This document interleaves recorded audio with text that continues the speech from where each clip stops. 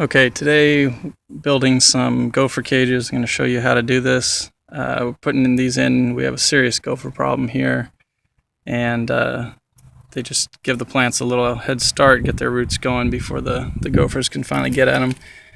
You can see, I've got maybe a 4-inch, 5-inch plant around, making gopher traps that are roughly as big. Then I can slide them in.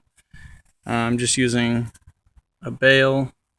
You can pick this up at the hardware store. This is 1-inch pattern, which is the space between chicken wire.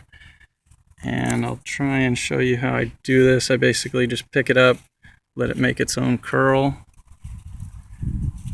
and then I snip right in between the part that's double wound, not this thinner part. I'm going to snip through there. And let's see if I can do that while I got the camera going.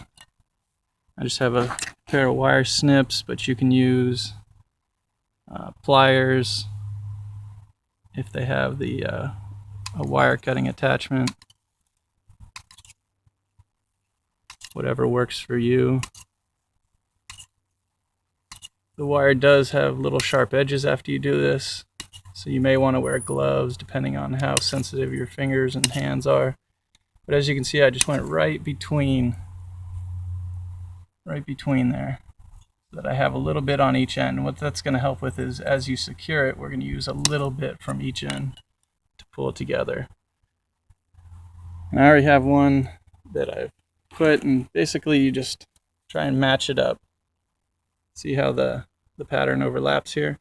And then that little bit on each end you can just fold back over against the fence.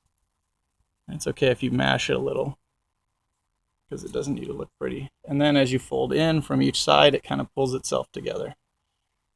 Next, starting at that part where we've overlapped, go to the outside to that thin wire, and we'll cut one on each side now. And we'll do the same at the top. We'll cut one on each side, about a row apart. And what we're going to do is we're going to slide. Let's see if we can do this with the camera in my hand. We're just going to kind of fold one end to meet the other. And then we just wrap it together. It doesn't have to look pretty. I'm going to have to set this down. I'll fold it up.